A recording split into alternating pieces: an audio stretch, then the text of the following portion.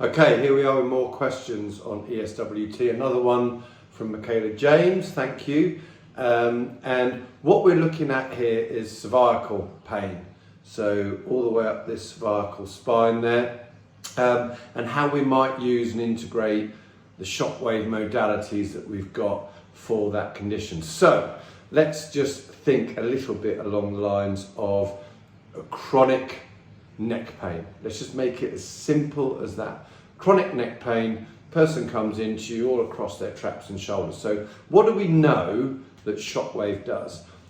This is the most common place for trigger points in here. So if we're going to find those trigger points, those highly sensitive areas of muscle tissue, whether you believe in trigger points or not, I'm not too bothered. Let's just go with the fact that it's a trapezius muscle, if that's your sensibility. But for those of you like me, believe in trigger points, can feel them, what is that matter? It's not a trigger point, let's go with that. We can use the radial device to great effect here. Now, put the radial on the trigger point, take some of the tension out of the skin. So this is where we actually look for slightly more than indent pressure, where we're pushing in to the skin to take up that slack, so we're really hitting that trigger point. If you think about a trigger point, we've got an energy crisis because we're producing loads and loads and loads of calcium. We've now got an ischemic issue, so we're reducing the blood flow. So we get this build up of calcium, we get this reduction in ability to release energy, we get a change in that synaptic end plate. So we've now got chemical disturbance, we've got physical disturbance, we've got a blood flow disturbance, and that all ends up in this muscle knot. So in order to help with that, what can we do? So shockwave, first and foremost, can use it, a bit like a blunt force instrument in a way, which is why we take up that slack. We can help to break down those bonds, those sort of cross-bridge bonds, and we can start to get those to relax. It does have an effect on the nervous system. We know this through countless studies looking at various other pathologies. And there's believed to be a change in what's happening chemically as well through the use of shockwave. So when you look at the reasons why trigger points would build up, we've got this kind of muscular release, we've got this increase in microscopic blood flow, which is going to obviously change that whole energy crisis.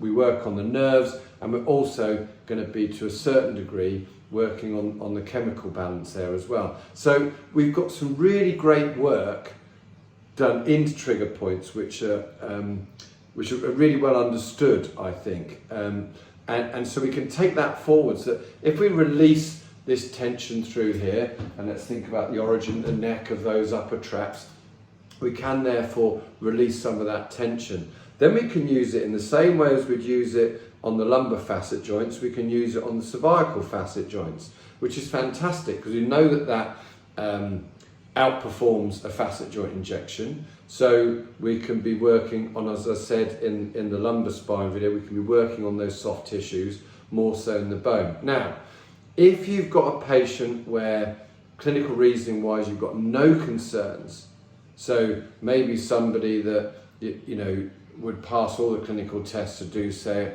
a grade 5 manipulation. Again, I know lots of people don't do grade 5 manipulations on the neck because there's shall we say, a loss of science to support that versus the risks. But if your patient passes all of those tests, you could potentially, if you're an advanced user, think about low-level focus shockwave on those facet joints. Now, we can't go near the lung tissue. Got to be very, very careful. We've done all the testing around the neck because we've got carotid artery, we need to have done those tests. We'd be very happy that your patient is okay with that. And low-level focus on the higher cervical segments is something that potentially as an advanced user you could consider doing. Now, you're not going to find this in any book, and I don't want you to use this video as your clinical reason to do it, but in some cases I've known practitioners to do this to great effect. Now, do that very, very carefully. Don't just bounce in with this. And the other thing, of course, is we've got our EMTT.